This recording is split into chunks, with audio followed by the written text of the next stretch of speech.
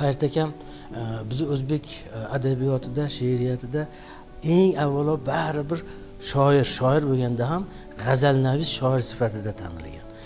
Bejizga emas, butun respublikamiz bo'ylab har bir xonadonda Farid Usmonning nomi jaranglaydi. Chunki juda ko'p g'azallari juda mashhur hofizlarimiz tomonidan qo'shiq qilib aytilgan, xalqimiz ularni sevib tinglaydi, o'zlari ham sevib ijro etishadi.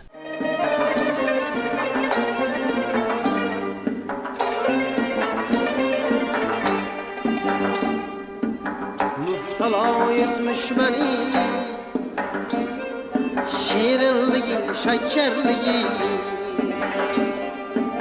mahliya etmiş beni şirinliği, şekerliği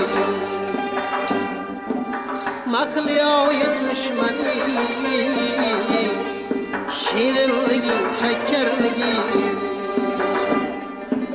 dost bulup kaldım sana tanha qadrdonum o'zing. Keyingi yillarda hozir men hammasini to'la yoddan ayta olmasam kerak, juda ko'plab she'r to'plamlar chiqardi. Bularning ichida o'sha 2023-yil yaqinda yana chiqargan Ruh bulbuli kitobi haqida ozgina gapirmoqchiman. Sababi Ruh bulbuli bizi o'zbek adabiyotida, o'zbek g'azaliyotida alohida o'ringa ega bo'lgan kitob hisoblanadi. O'zi ham anchagina kitob, bugungi kitobot san'atimizni yaxshi namunalaridan biri. Adashmasam 500 ga yaqin yoki 500 dan ortiq g'azallar kirgan. Va bu shunchaki g'azallar to'planmas, devon. O'zbek adabiyotida, o'zbek she'riyatida ayniqsa 20-21 asr adabiyotimizda g'azal devon tartib etish hammaga emas. U g'azalni juda maqomiga yetkazib yoza oladigan mahoratli shoir bo'lish kerak. Uning ustiga katta bir ijod zahirasi bo'lish kerak. Mumtoz adabiyotimizni juda ham yaxshi bilish kerak. Umuman qomusiy bilimga ega bo'lgan ijodkor bo'lish kerak.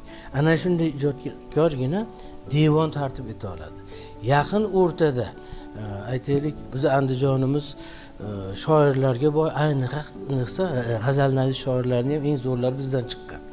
Ana shu devon tartib etgan Vos Sa'dulla domla, rahmatli Imoyatli aka Ulfatiy domladan keyin mana Farid akam devon tartib etdilar. Bu devon ham agarda vaqtimiz bo'lganda astodil uni qurilishi haqida gapirsak bo'lardi, o'ziga xos qurilishga ega. Shu bilan birga Farid Usmonning o'sha Ruh bulbuli devonida ko'ramizki, mumtoz adabiyotni an'analarini muvaffaqiyat bilan davom ettirgan. Davom ettirganligi shundaki, g'azallardan tashqari o'sha muhammaslar ham katta ulug' ustoz shoirlarning g'azallariga bog'lanadigan muhammaslar. Bu o'sha Navoiy g'azaliga muhammaslarni olib ko'ramizmi? Bobur g'azaliga, Mashrab g'azaliga yoki zamonaviy shoirlarni g'azallariga bog'langan muhammaslar Farid Usmonning o'sha ustoz g'azalnavislardan sira qolishmasligini, ularni mahorati ham ularning mahoratiga teng kela olishini isbotlab turibdi. Ruh bulbuli devonida shoir mumtoz g'azaliyotning deyarli barcha janrlarida ijod qiladi.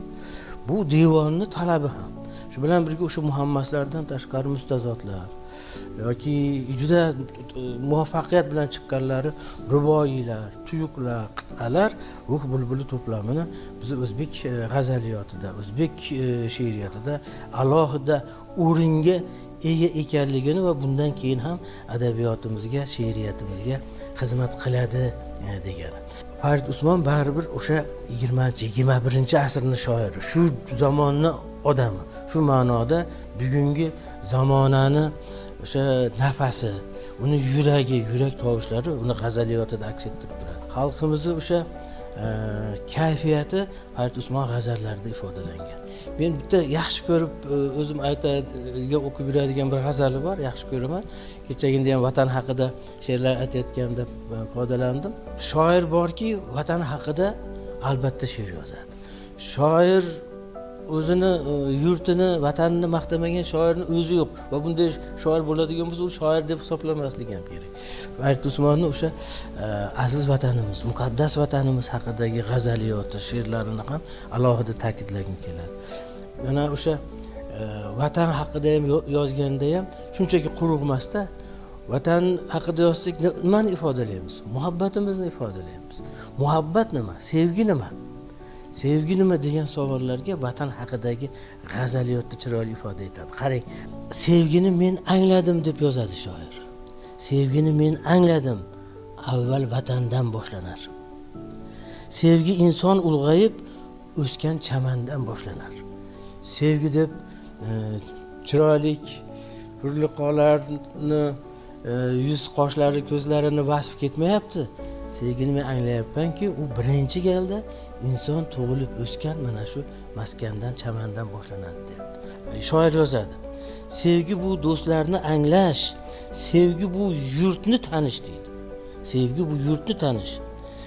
Hammasidan siz va bizdan, sen va mendan boshlanadi deydi. Mana sevgi va vatan. Bu g'azal nima haqida? Sevgi haqidami, vatan haqidami? Ikkalasi haqida ham. Mana shu birinchi galda vatan haqida. Shu ma'noda haligi shoirning vazifasi mana shu gulni gul demaslik kerak-da, quyoshni quyosh demaslik kerak. Uni shunday ifoda etish kerakki, o'quvchilarning yodida qolishi kerak. Mana o'sha Farid akani vatan haqidagi she'rlar, misralaridan bittasida ko'ryapsiz.